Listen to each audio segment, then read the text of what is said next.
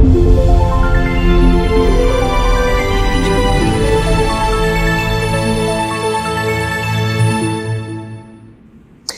there, folks, and thanks for joining the Scotch family, and welcome aboard.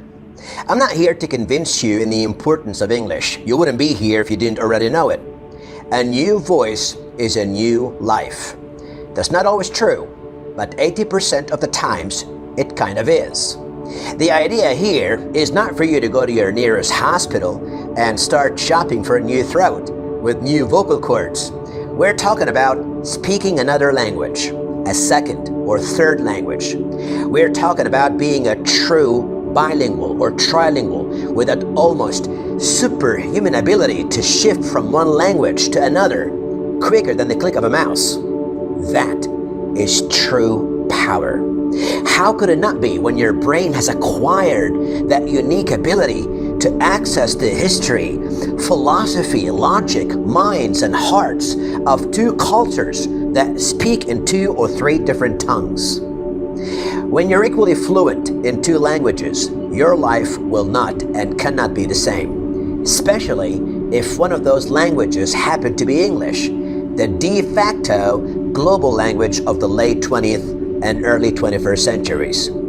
There's nothing that bugs me more, though, than seeing people who most certainly know that fact, yet they lack the will and drive to go after what they want. They most importantly lack the imagination as opposed to the knowledge. You may learn and know about how important English is for you and your career, but how well are you able to imagine yourself speaking it like someone who's born with it? How clear and vivid is that image in your head? How sharp and realistic is it in your brain? Imagine hearing yourself speak with a new voice, a voice that you've never heard before. The better you imagine it, the more likely it is that it's going to be real. Imagination is the ability to create an alternate and fictitious reality that we so desperately want to believe in that we turn it into a reality for us and others too. Imagination is daring to tell yourself a lie, then work incredibly hard to make yourself believe it.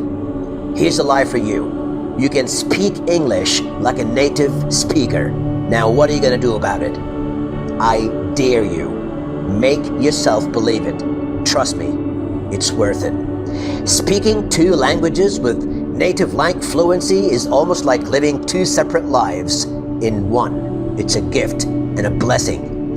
I've taught English for over 12 years, and on the first day of each course, I always know who will walk out of it as winners or losers. I often have 60-70% of the students attending the course, finishing up the course as winners.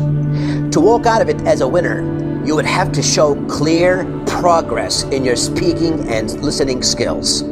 It's simple. You would have to demonstrate that you can hear your own mistakes and correct them, speak smoother, faster, and more natural. The interesting thing is that 50% of the 60 or 70% always happen to be converts to winning. At the beginning, they may not be seriously committed or doubt their own ability, etc. But once I stir their imagination and help them to visualize the achievement, their whole attitude changes and they all of a sudden get obsessed with it. And I know they get obsessed. They get addicted to it. Why? Because they can visualize success. They can see it. They can see it clearly. Period. It's about imagining success. You give someone hope, a true hope, and you'll get them to follow you wherever you want to go. My job as a teacher has always been to make those students' dreams, which seem very far-fetched, look within reach. For you to succeed in anything you do, it's imperative that you put yourself in the right state of mind. Unfortunately, most English learners begin learning English while they are still in an unready state of mind. Most of them start an English course hoping that things will just happen for them. And guess what? they never ever do. They think that by sitting in a classroom for 5 hours, listening to someone speak the language, and by doing worksheets and other types of activities, somehow they will miraculously master the language. Okay, so let me save you some time.